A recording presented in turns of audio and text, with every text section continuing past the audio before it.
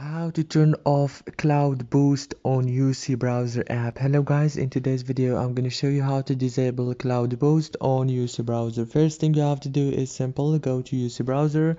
Now go down here, click on those three lines and click on the settings option.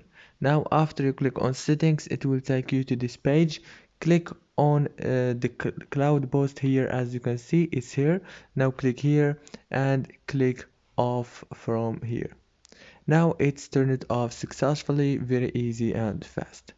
If this video was helpful, please don't forget to like and subscribe, and thank you so much for watching this video until the end. See you later.